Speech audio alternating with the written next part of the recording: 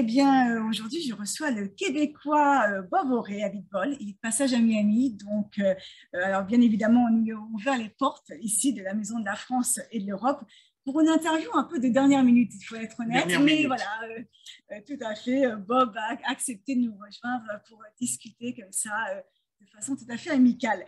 Bob Auré, vous vivez donc à Montréal, mais vous êtes un peu un citoyen du monde, né au Maroc. Vous êtes aussi un homme qui porte nombre de casquettes, alors auteur, bien sûr, éditeur, on va en parler, mais aussi avant tout un entrepreneur un peu touche-à-tout, puisque vous êtes attiré par de nombreux domaines, notamment celui de l'art et de la mode.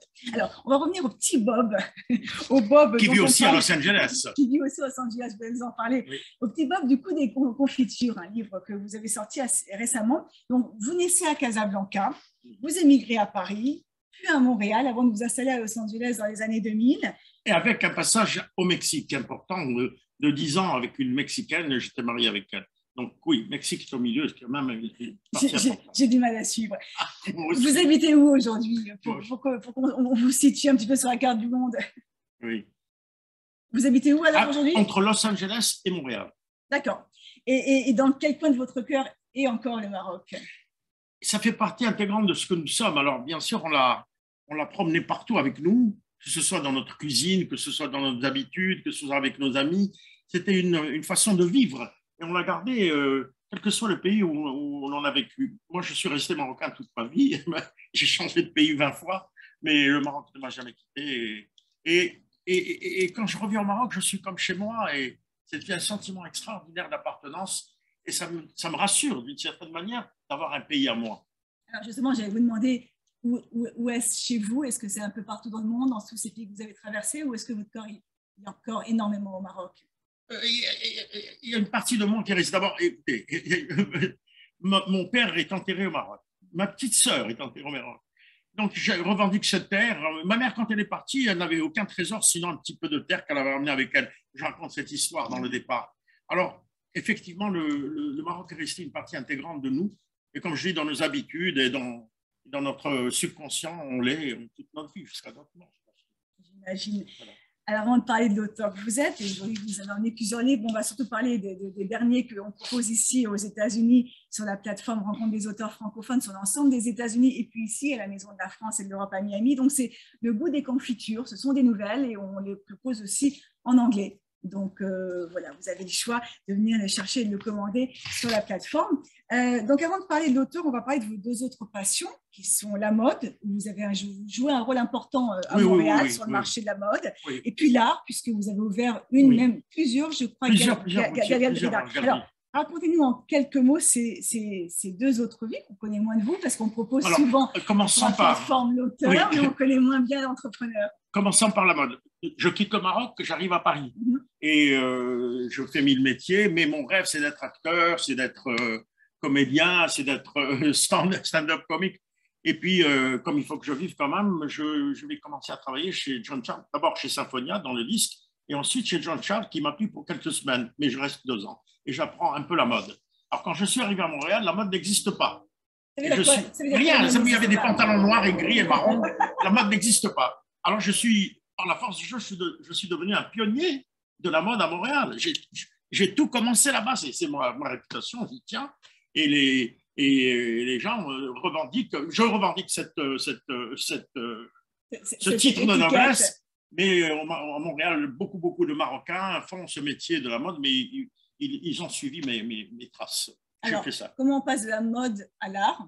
C'est aussi une passion chez vous. Oui, c'est très bien. Donc, je me suis marié à Montréal. J'ai vécu avec ma femme 11 ans à Montréal. Et puis, quand je pars au Mexique, à Acapulco, je m'installe, je change complètement de métier. Je fais des événements, je fais tout ça. Et puis, finalement, les événements m'ont entraîné vers le métier de l'art que j'aime maintenant et je fais depuis plus de 20 ans. Donc, j'ai une galerie, 3 galeries à Los Angeles et maintenant une nouvelle très grande à Montréal que j'ouvre bientôt. Alors, je deviens un expert malgré moi. C'est des beaux projets et je crois qu'on n'a qu'une vie, donc c'est sympa d'en avoir plusieurs. De faire plusieurs choses. Exactement. Alors donc, je disais, on a le grand plaisir de présenter ce très joli livre de souvenirs. Vous les appelez des nouvelles, c'est peut-être un roman avec différents passages. Oui, le goût des confitures, c'est ma Madeleine de Proust à moi. Donc, je vais rechercher mes souvenirs. Alors, c'est ce que j'allais dire. C'est un livre qui fleure bon la fleur d'oranger, j'ai envie de dire. Vous avez d'ailleurs signé de nombreux ouvrages, pièces de théâtre. On va revenir dessus. Je vais vous laisser présenter ce livre de souvenirs, mais là, je viens de voir votre main, votre main avec le henné dedans.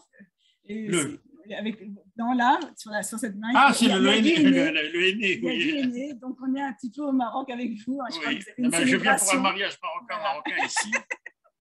Alors, je vais vous laisser présenter ce livre, Le goût des confitures. Le titre est très, très joli. Il nous entraîne déjà directement, je trouve, dans la nostalgie de votre Maroc. Si vous me permettez, puisqu'on parle du Maroc, j'ai un très court poème qui est joli et qui explique un petit peu en quelques lignes, si vous voulez bien. Bien sûr. On est toujours de son pays, quoi que l'on dise, quoi que l'on fasse. On traîne toujours sa nostalgie, où que l'on vive, où que l'on passe. Je suis un escargot, je porte ma maison. Je vais de ville en ville pour chanter mes chansons. Je suis une hirondelle, partout je fais mon nid. J'emporte sous mes ailes un peu de mon pays. Ainsi qu'une colombe, je livre tour à tour mes rêves, mes espoirs, mes histoires d'amour. Je n'ai plus peur du tout, je n'ai plus peur de rien. S'il pleut sur ma route, je change de chemin. Ainsi qu'un écureuil, je garde comme des noix des souvenirs d'hier, d'aujourd'hui, d'autrefois. J'emporte dans mes valises un peu de mes amis, j'emporte dans mes valises un peu de chaque pays.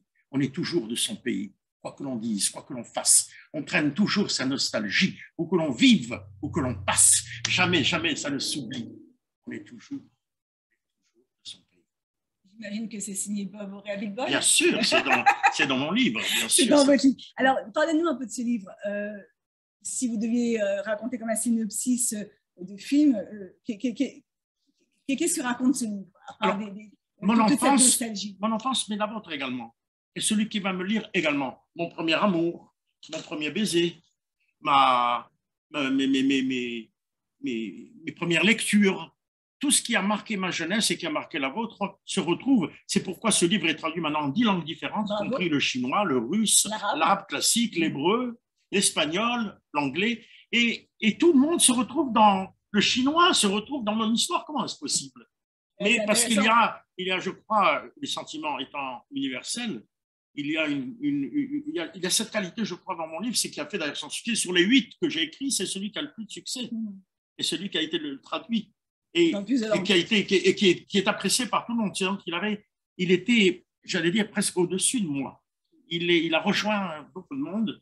Et j'en suis ravi parce que ce sont de belles petites histoires dont je suis assez fier. Pourquoi vous avez eu envie de faire ce livre de souvenirs? C'est pour le léguer à quelqu'un? C'est pour partager des choses? C'est quoi? En fait, je vais vous raconter très brièvement le livre que je suis en train d'écrire maintenant, qui s'appelle Le fils du relieur. Mon père était relieur et imprimeur, mais il avait un tout petit handicap. Il était totalement analphabète. Donc, c'est moi qui venais, en sortant du lycée, lui montrer comment écrire les lettres derrière le titre des livres. Et quand il finissait, il me donnait le livre à lire. J'ai lu Romain Rolland. Qui lit Romain Rolland? J'ai lu des poètes Maupassant, j'ai lu des Jules Romain, à part bien sûr Balzac et tous les auteurs, mais je lisais tout le monde, de tous les grands auteurs. Alors, 11 ans, 12 ans, j'étais confronté, si vous voulez, à ce genre de littérature extraordinaire, parce que je n'avais pas droit ni à Tintin ni à Mickey Mouse. Mais c'est mieux. Ou peut-être, moi, je voulais Tintin et Mickey Mouse, comme les autres. Et donc tous les auteurs étaient là à m'attendre au premier étage du truc. Il y avait Saint-Exupéry dans un coin, Balzac, tout le monde qui me donnait des conseils, parce que je devais raconter les histoires à mon père par la suite. Et lui, pas de livre, rien du tout. Donc, ça m'a permis de développer ma mémoire et de lire beaucoup et d'avoir envie, moi, je me suis un jour, d'écrire. Et ça s'est passé tout à fait par hasard. Je suis à Montréal et quelqu'un, avec Aznavour et son producteur et un monsieur, et on parle de la taille, d'être petit, pas grand. Moi, ça a toujours été un handicap pour moi de ne pas être très grand. Alors, René Aumirois, qui est un magazine, il m'a écrit quelque chose là-dessus. Et j'écris. Et ça a commencé. Le monde est petit. C'est le début de l'histoire. Le monde est petit. J'ai écrit ça, et puis quelqu'un a lu ça, il me dit, tu ne veux pas écrire pour mon magazine? Et puis, c'est comme ça que c'est parti. Donc. Et après, quelqu'un m'a appelé, et j'avais 15 nouvelles. Et puis, c'est parti pour un premier. Alors, vous dites que c'est un livre qui parle un peu à tout le monde, à tous les citoyens du monde. C'est quand même un livre qui parle beaucoup du Maroc. Et moi, c'est comme ça que je l'ai lu aussi. Non. Je ne parle pas beaucoup du Maroc, je parle beaucoup des sentiments. De votre enfance. De mon enfance. Oui. Encore une fois, c'est la vôtre, la mienne et celle de tout le monde. Mais on a quand même l'impression que vous avez eu besoin de raconter ce Maroc d'hier. C'était mais il est comme en filigrane, il n'est pas l'essentiel de l'histoire. L'histoire, c'est au niveau des sentiments, je crois. C'est au niveau du feeling que j'ai été chercher mon enfance, la tartine que préparait ma mère, les confitures que retrouvent mes oncles sous le lit parce qu'elle les cachait là pour ne pas qu'on les trouve. Alors, tous ces souvenirs, oui, c'est vrai qu'il y a une odeur, il y a de thé et de menthe, ça c'est vrai, et de fleurs d'oranger ne lasse pas. Mais en réalité, c'est au niveau même des sentiments que c'est intéressant. Et comme je vous dis, il a du succès parce qu'il rejoint. Il est universel. Oui, il est universel à mon avis. Alors, dans ce livre, vous avez tenu à avoir nombre de libertés avec la langue classique française, la langue académique, et vous avez eu la volonté d'utiliser la langue de chez nous, vous dites. C'est quoi la langue de chez nous? Comme je vous parle là maintenant. J'écris comme je parle comme j'écris, et puis je ne vais pas, malgré mon éducation littéraire très importante, je ne vais pas écrire de façon formelle. J'écris comme je vous parle. J'ai une lecture parlée. J'écris comme je parle, mais bien sûr, je m'applique pour que ce soit littéraire. Oui. Mais en même temps, je cherche à vous raconter l'histoire comme si je vous la racontais d'ici de vive voix. Je suis un raconteur d'abord et avant tout, comme mon père. Il savait ni lire ni écrire, mais il racontait très bien l'histoire. Très bien. Et pour vous raconter avec cette langue de chez nous, c'est cette proximité avec les lecteurs? La proximité, la passion peut-être. Ouais. La passion, l'envie de convaincre, l'envie d'accrocher. Je n'ai pas envie de vous perdre. Quand je vous parle, je veux vous m'écoutiez jusqu'à la fin. On n'a pas le choix. Alors, Bob, pour en finir avec le Maroc, vous retournez au Maroc souvent? Là, oui, depuis récemment, oui, et j'adore parce qu'il y a des petites villes extraordinaires comme Essaouira, comme près de Casablanca, il y a des petits villages. C'est super. Le Maroc n'a jamais été aussi beau parce que la tolérance qui était latente s'est installée de façon formelle. Et comme dit un de mes amis, le juif est tendance maintenant. Mais il y a comme une espèce de joli entrecroisement des religions, des trucs là. C'est comme une ambiance œcuménique. Mais vous regrettez quand même pas le Maroc de votre jeunesse, où il y avait des communautés beaucoup plus fortes et donc on vivait peut-être plus les uns avec les autres? C'est un autre Maroc, là. Aujourd'hui, il est différent totalement de celui que j'ai connu, mais il est intéressant aussi. Mais c'est très, très, très, très bien d'aller vivre au Maroc. Je vais d'ailleurs vivre une partie de l'année maintenant. Je vais quitter Los Angeles, je vais habiter une partie du temps à Montréal, une partie du temps au Maroc, une partie du temps au Mexique, une partie du temps n'importe où. Des espèces de pigeons voyageurs, on essaiera de vous suivre. Hein. Mais d'ailleurs, j'allais vous poser une question. Comment vous trouvez le temps d'écrire dans toute cette actualité? Alors là, vous me provoquez. Vous me provoquez. Bien sûr. Écoutez-moi bien. C'est toujours de moi. Dans une région très éloignée, le temps régnait en maître. Sur toute chose, sur tout être. Mais un jour, l'heure se révolta. Avec les minutes et les secondes, ils décidèrent d'une mutinerie. L'heure ne durerait plus 1 heure, mais 2 ou 3, ou bien n'importe quoi. Les minutes s'envolèrent à tire-d'aile, comme des hirondelles, et pendant de longs jours, on ne les retrouva pas. Les secondes se tirèrent comme il se doit, quand toute la vie, elle se devait d'aller petit pas à petit pas. Quelquefois, je me sens comme ça. À quoi servent les heures? À quoi servent les jours? À quoi servent les nuits? Pourquoi je suis heureux et pourquoi je m'ennuie? Alors j'efface de ma mémoire tous les jours tristes, tous les jours noirs, et je m'invente une histoire où le temps. Je suis le prince d'un pays intemporel. Tu es ma muse éternelle, et le temps est ce que je veux qu'il soit. 1 minute dure 1 heure, 1 heure, 1 seconde. Le jour et la nuit. L'espace est un chapeau. Ma vie est un plumeau qui nettoie, qui efface la poussière du temps qui passe. Il me représente. Je vous avais promis un invité, je ne vous avais pas promis un spectacle. Mais finalement, on est sur scène. Je suis un poète aussi. On est sur scène aujourd'hui, c'est formidable. Vous êtes un poète et je ne connaissais pas cette facette du poète. Ah oui, mais oui, j'ai dit des poèmes pendant des années, j'ai lu des poèmes au Café Prague, mais ça, il s'avère que ce sont mes poèmes que j'aime bien et qui sont à propos. L'auteur, l'entrepreneur, donc le poète, on y arrive. Et maintenant, on va arriver à la maison d'édition, parce que vous êtes aussi un éditeur aujourd'hui. Vous êtes associé dans la maison d'édition Balzac. On a d'ailleurs 5 ou 6 auteurs de la maison d'édition Balzac ici sur l'ensemble des États-Unis. Allez voir, c'est une très jolie collection. Il y a beaucoup de chaleur, beaucoup de Méditerranée dans ce qu'on propose d'ailleurs. Racontez-nous un peu cette aventure. Alors, comment vous êtes passé de l'auteur à l'éditeur? D'accord. Alors, c'est pas lui qui m'a édité en premier, Balzac. Mais après quelques années, il avait une collection qui s'appelle L'autre rive. Il m'a demandé de publier Les Faucons de Mogador. Et puis, après quelques années, il décide d'aller s'installer en France. Il dit, je vais vendre ma compagnie au Canada. Je dis, mais je te l'achète, je vais rentrer avec toi. Donc, je suis rentré à Montréal avec lui. Après, je me suis associé en France avec lui et maintenant, ici aux États-Unis. Moi, je m'occupe plutôt de l'art, des livres d'art, des livres de cuisine, etc. Lui, il fait plus de la littérature. Mais entre nous deux, on fait une quarantaine, cinquantaine, soixantaine de livres par an, minimum. Et j'ai cru comprendre que vous travaillez aussi sur la collection d'auteurs qui viennent de la Méditerranée ou Oui, on a une collection méditerranéenne. Ouais, avec des très, très jolis auteurs. Oui, avec Annick Pérez, qui a écrit deux très, très, très beaux livres, Venu à Carthage et Le Petit Étranger, qui ont beaucoup de succès. Elle vient de recevoir un prix très important des lycéens, vous l'avez vu. Oui, j'ai vu que la Maison d'édition a reçu plusieurs prix récemment. Bien sûr. Bravo, hein. On a reçu le prix de la gastronomie pour le Art Sense de Sylvie Malice. On a reçu un autre prix pour une œuvre catalane. Alors, donc, on a une maison dynamique que j'essaye de dynamiser encore plus en trouvant des vrais diffuseurs. Et je suis content que vous soyez là, que vous existiez, parce que vous avez créé quelque chose qui était nécessaire et essentiel pour la diffusion de... Et c'est vrai. C'est gentil, et je vous vois aussi à vous tous, les auteurs et les maisons d'édition. Et c'était important, parce que c'était quelque chose d'extraordinaire ce que vous avez fait. Bravo. C'est gentil, mais ce n'est que le début, Bob. Mais on va faire plein de choses. Mais oui, mais c'est une boule qui prend forme et qui est dynamique et magnifique. Parce que c'est une dynamique grâce à des gens qui ont ça dans les tripes. Et je pense que quand les individus se rencontrent et ont la même passion, on avance. Oui, parce que l'écriture, c'est quelque chose de tellement nécessaire à notre existence qu'on a besoin d'exulter et d'aller chercher quelqu'un qui va diffuser notre art. Sinon, à quoi ça sert? C'est comme être en prison d'une certaine manière. Il faut qu'on puisse voir la lumière. Vous voyez la lumière. Vous faites quoi aujourd'hui d'ailleurs? Quel est votre quotidien? Vous partagez entre l'écriture, la maison d'édition, l'art? Vous continuez la mode? Oui, j'ai une maison qui vend, très grosse maison je vends des sacs, maintenant je fais des bijoux. Boboré.com, on vend des sacs magnifiques, parce que au Canada, j'étais le diffuseur de Hermès, de Lanvin, de Cardin, de Cacharel. J'avais des très, très, très grandes marques. Donc, j'ai appris la qualité et le luxe. Et donc, maintenant, je fais des sacs à 200-300 $, mais c'est comme du Hermès. Des petits bijoux.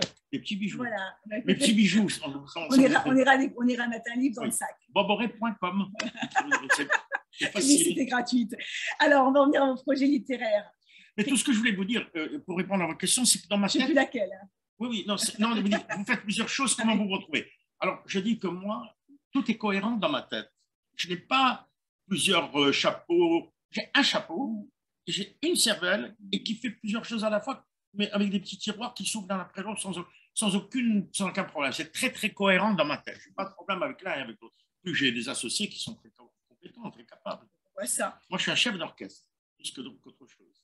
Chef d'orchestre qui monte sur scène. Voilà, comme ça aussi. Alors, vos projets littéraires, il y a des choses dans les tiroirs? Non, en fait, j'ai 3 livres. Un qui s'appelle donc Le Fils du relieur, dont je viens de vous parler, qui me tient à cœur. J'ai écrit beaucoup, ça fait 2-3 ans que je travaille dessus. J'ai un autre qui s'appelle Histoire d'histoire d'amour, où je raconte mes folies, et pas les miennes seulement, un peu toutes mes Bob le Don Juan. Oui. J'écris, grâce à mon petit iPhone, j'écris dès que j'ai un petit moment, je crie, et je ne sais plus dans quel morceau les mettre. Alors, quelquefois, je prends un, je le mets là, puis je passe de l'autre côté. J'adore écrire. Ma principale vocation, c'était d'écrire. Et tout le reste, je l'ai fait pour servir ma danseuse, qui est l'écriture. Alors, est-ce qu'on va vous voir bientôt aux États-Unis? Alors là, vous êtes de passage. On vous a… Là, pour exceptionnellement à Miami, mais on va se retrouver, j'espère, à New York pour votre salon. J'y tiens beaucoup. J'espère. Oui, toute la maison Balzac, bien. La seconde édition du Festival des auteurs francophones en Amérique, qui se passera au National Arts Club le 22 novembre. Et puis avant, on sera ici à Miami, à la Maison de la France et de l'Europe, le 18, 19 et 20 novembre. Donc, on a un joli parcours littéraire. Balzac sera avec vous. On est ravis d'avoir Balzac. Bob, Auré et Balzac, les deux. Ça va faire beaucoup de monde. Parce que Bob représente déjà beaucoup de monde. C'est vrai.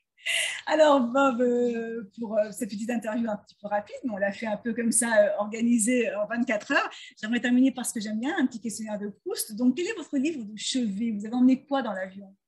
Écoutez, oui, c'est vrai, et je le balade partout. Romain Gary. J'adore Romain Gary. Là, ce que je suis en train de lire, c'est Gros câlin. Je lis La promesse de l'aube, j'ai toujours à côté de moi. tous les livres, tous les livres. Et maintenant, peut-être, malheureusement, il va falloir que je lise au-delà de cette limite. Votre ticket n'est plus valable. Mais Romain Gary est un. Vous connaissez ce beau livre de Romain Gary? Au-delà de cette limite, votre billet n'est plus valable. Je l'ai pas lu. Oui, enfin, c'est arrivé à 60 ans. Après ça, il se pose des questions sur ça. Il n'a pas réussi de se poser trop de questions. Pouf, il s'est balayé. En tout cas, par contre, La promesse de l'eau, pour moi aussi, c'est un livre exceptionnel. Oui, tout ce qu'écrit en Romain Gary, j'adore ce qu'il écrit, comme il écrit. Mais je lis aussi Philippe Roth, je lis aussi. Je suis très éclectique dans mes lectures. Auster, Paul Auster, Philippe Roth, des choses américains. Gary, que j'aime beaucoup. Il y a des auteurs qui vous attirent, une littérature qui vous attire au Maghreb, par exemple, dans l'Afrique noire. Il y a une littérature plus qu'une autre ou vous aimez découvrir une littérature assez hétéroclite? Non, je lis beaucoup parce que maintenant, j'ai la chance de pouvoir. J'ai un app dans ma machine, je lis beaucoup de livres en anglais, mais en 20 minutes, 30 minutes, j'arrive à lire l'essentiel du livre. Et si vraiment ça m'intéresse, je vais chercher des livres. Oui, parce qu'il faut lire des livres en papier. Hein. Moi, je défends le papier. Ah oui, c'est important. Exactement. Alors, pour changer de sujet, votre plat préféré, votre plat préféré, qu'est-ce que vous allez manger quand ça ne va pas? Qu'est-ce qui vous fait du bien? J'adore le poisson grillé au bord de la mer avec mes pieds. Comme ça, la mer vient lécher le truc, je suis au soleil comme ça. Et j'ai une petite baraque pas loin avec du rhum ou du vin blanc. Je l'ai fait récemment à Acapulco. J'allais vous demander où vous nous avez transporté où. J'étais à Acapulco, j'ai eu 21 jours de bonheur total. Une ville que je connais bien, donc j'ai vécu là. Et puis me retrouver à Acapulco, sous le soleil, avec mes amis, et puis dans cette ambiance. Ouais, ça j'ai le même sentiment de bonheur absolu quand je suis dans cette ambiance où on mange simplement des légumes grillés, du poisson grillé. J'allais vous demander après la ville où vous vous sentez mieux, mais finalement, ce n'est pas une ville, c'est une ambiance. Ah oui, c'est l'ambiance. Une ambiance des amis. La vie simple et tranquille, comme disait Verlaine. La vie est là, simple et tranquille. Cette paisible rumeur-là vient de la ville. Qu'est-ce que vous regrettez d'hier? Qu'est-ce que vous regrettez d'hier, du monde d'hier, versus le monde d'aujourd'hui? C'est une bonne question. Je regrette le calme, peut-être, relatif. Peut-être que ce ne l'était pas, et puis dans mon imagination. Et j'ai l'impression que tout va beaucoup plus rapidement qu'auparavant. Et peut-être que la vitesse a changé. J'aurais préféré une vitesse inférieure. Alors, vous avez beaucoup écrit depuis longtemps. Un souvenir littéraire qui vous a marqué ou une rencontre, quelque chose lié au monde de la littérature? C'est un petit souvenir comme ça qui vous vient à l'esprit. Une des lectures extraordinaires que j'ai eues, c'est très jeune, c'est quand j'ai lu Les Faux Monnayeurs d'André Gide. Alors, je lisais, et j'avais 11-12 ans, j'étais très jeune. Et après ça, j'ai lu d'autres livres plus importants. Mais Les Faux Monnayeurs m'avaient marqué à tel point que je lisais avec un flash la nuit, une pile, la pile secondaire, et ma mère croyait que je me masturbais. Alors, elle me disait « Albert !» C'est mon prénom à l'origine. « Albert !» Elle me criait « tu vas devenir aveugle !» Et moi, je lisais. Je faisais rien d'autre, je jure. Je lisais. Ça, c'est l'émission à diffuser après 22 heures. Alors, je vais mettre masturbé entre guillemets. Comme ça, ce sera moins grave. Alors, une personne qui vous a marqué, c'est une personne, une rencontre, quelque chose, un homme où vous vous êtes dit, je suis heureux d'avoir rencontré cette personne dans ma vie. Je l'ai rencontré à 3 reprises, mais pas beaucoup, très peu, mais le regard de Carla Bruni. C'est pas n'importe qui. Non, mais enfin, je ne la connais pas bien, elle était plutôt l'amie d'une amie, et je l'ai rencontrée à 3 reprises, et chaque fois, j'étais marqué par cette espèce d'intimité immédiate qu'elle était capable de créer. Comment c'est possible? Je ne la connaissais pas, mais son regard était doux. Il enveloppait, on dirait, une déesse qui venait me caresser et venue de nulle part. C'était génial comme sentiment. Je vous dis ce qui est arrivé. J'ai rencontré plein de gens importants, puisque je travaillais avec le gouverneur de l'État de Guerrero, donc j'ai rencontré beaucoup de gens importants. Mais peu de gens m'ont marqué avec cette acuité, je dirais. C'est un joli hommage à Carla. Oui, Carla. Belle femme partout. Son cœur, dans le cœur comme dans le physique. Alors, j'aime bien terminer avec un message pour les auteurs en devenir, ceux qui se posent des questions, ceux qui se disent s'ils sont légitimes, s'ils doivent y aller. Qu'est-ce que vous leur dites à cela? Il faut absolument écrire. C'est une espèce d'exultation extraordinaire, une ça nous permet de faire un traitement psychiatrique sans psychiatre, ça nous permet de nous libérer de tellement de choses. C'est une comment dirais-je, c'est une thérapie déjà. Une thérapie, oui, c'est le mot que je cherchais. Ouais. C'est une thérapie extraordinaire qui nous permet… Donc, il faut écrire, qu'on soit vendu, lu ou pas, finalement. Il faut écrire qu'on se fasse du bien. Quand on est vendu, c'est un peu mieux, ou quand on est dessiné, c'est mieux, parce que ça va plus loin. C'est vrai, je comprends. Moi, le fait que je sois publié et connu, maintenant, me plaît. Mais dans la mesure où ça fait une vraie thérapie, c'est vraiment important d'écrire. C'est magnifique comme sentiment. Et j'adore écrire. Quand j'écris une belle page, je suis très fier et très heureux de moi. C'est vrai. Donc, je rappelle le dernier livre qu'on distribue ici. Il y en aura d'autres. Hein, la collection de Bob Auréa-Bitbol. C'est le goût des confitures qu'on a désormais maintenant en anglais. Je vais le mettre en ligne très bientôt cette semaine. Et puis, vous pouvez le chercher ici à Miami, à la Maison de la France et de l'Europe. On a 700 titres, 2000 livres. Donc, vous avez de quoi faire. Bob, c'était génial de vous avoir. C'était pas prévu. J'adore ici. Voilà. C'est magnifique, c'est super bien organisé, c'est clair. Il y a du soleil partout et même dans le regard de Sandrine. Merci. On espère avoir les éditions Balzac en novembre, ici, puis à New York. Merci d'être venu. Je vous souhaite une bonne continuation de mariage. Vous êtes venu pour faire la fête et puis vous respirez la fête, Bob. Donc, allez-y. C'est vrai. J'aime la joie de vivre et je l'assume complètement. Merci. Vous nous avez fait du bien, Bob. Beaucoup d'énergie positive. À bientôt. Merci de nous avoir retrouvés pour cette nouvelle émission. Et puis, on se retrouve le mois prochain. Au revoir.